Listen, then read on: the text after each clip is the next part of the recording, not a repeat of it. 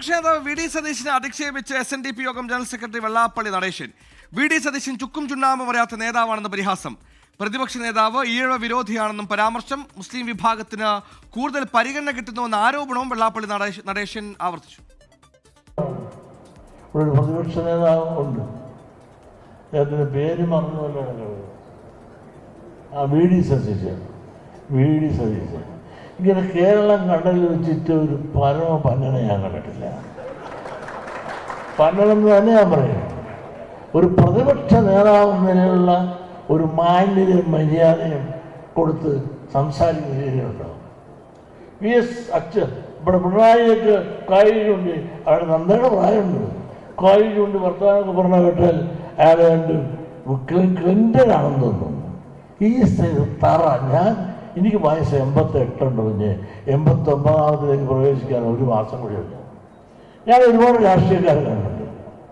ഇത്തരം തറ പറയുന്നൊരു വീഡിയോയെ ഞാൻ ജനിച്ചു കണ്ടിട്ടില്ല. ഏത് മാത്രമല്ല ഒരു ഈഴവ വിരോധി. ശ്രീനാരായണ ഗുരു എന്ത് പറയാൻ പാടില്ലെന്ന് പറഞ്ഞു, അതാണ് വെള്ളാപ്പള്ളി പറയുന്നതെന്ന് പ്രതിപക്ഷ നേതാവിന്റെ മറുപടി. തെരഞ്ഞെടുപ്പ് കമ്മീഷൻ ജൂലൈ 23-ാം തീയതി പ്രസിദ്ധീകരിച്ച തദ്ദേശ സ്വയംഭരണ സ്ഥാപനങ്ങളിലേക്കുള്ള തെരഞ്ഞെടുപ്പിലെ വോട്ടർ പട്ടികയിൽ വ്യാപകമായ ക്രമക്കേടുകളാണ്. കഴിഞ്ഞ തവണ വോട്ട് ചെയ്ത പലരുടെയും പേരുകളില്ല. ബൾക്കായിട്ടുള്ള പേരുകൾ ഉണ്ടായിരുന്ന പേരുകൾ എങ്ങനെ പോയി വോട്ടർ പട്ടികയിൽ നിന്ന്? രാഹുൽ വിജയൻ ഇടുക്കിയിൽ നിന്ന് വാർത്തയുടെ വിശദാംശങ്ങളുമായി ചേരുന്നു. രാഹുൽ, ഇതൊരു പതിവ് പറച്ചിലാണ്, പതിവ് വാർത്തയാണ്.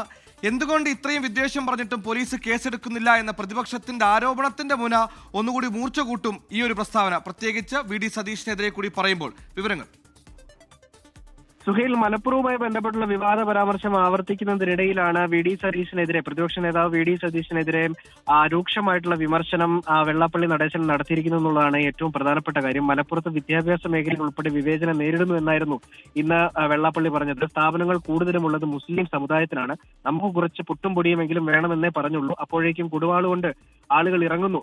മാത്രമല്ല, താൻ നേരത്തെ പറഞ്ഞ പലതവണ മലപ്പുറത്തും കോട്ടയത്തും എറണാകുളത്തും പറഞ്ഞ കാര്യം വീണ്ടും ആവർത്തിക്കും. ആ അഭിപ്രായം ഒരു കാരണവശാലും മാറില്ല എന്നാണ് വിവാദ പരാമർശം പറഞ്ഞത്. അതിനിടയിലാണ് വി ഡി സതീശൻ ഒരു ഈഴവ വിരോധിയാണ്, ഈഴവനായ കെ സുധാകരനെ ഒതുക്കി തന്നെ പാർട്ടിയിൽ വലിയ ആളാകാൻ ശ്രമിക്കുന്നു, ഒരു കോർഡിനേഷൻ ഇല്ലാത്ത നേതാവാണ്, പ്രതിപക്ഷ നേതാവ് സ്ഥാനത്തിരിക്കാൻ യാതൊരു യോഗ്യതയുമില്ലാത്ത ആളാണ്. അത്തരത്തിലുള്ള തരത്തിലുള്ള വിമർശനങ്ങളാണ് ഈ വി ഡി സതീശനെതിരെ വെള്ളാപ്പള്ളി നടത്തിയതെന്നുള്ളതാണ് ഏറ്റവും പ്രധാനപ്പെട്ട കാര്യം. അതിന് കൃത്യമായ മറുപടി വി ഡി സതീശൻ നൽകുകയും ചെയ്തിട്ടുണ്ട്. അതിന് പിന്നാലെ വിവാദ പരാമർശം വന്നതിന് പിന്നാലെ വി ഡി സതീശൻ മറുപടി നൽകുകയും ചെയ്തിട്ടുണ്ട്.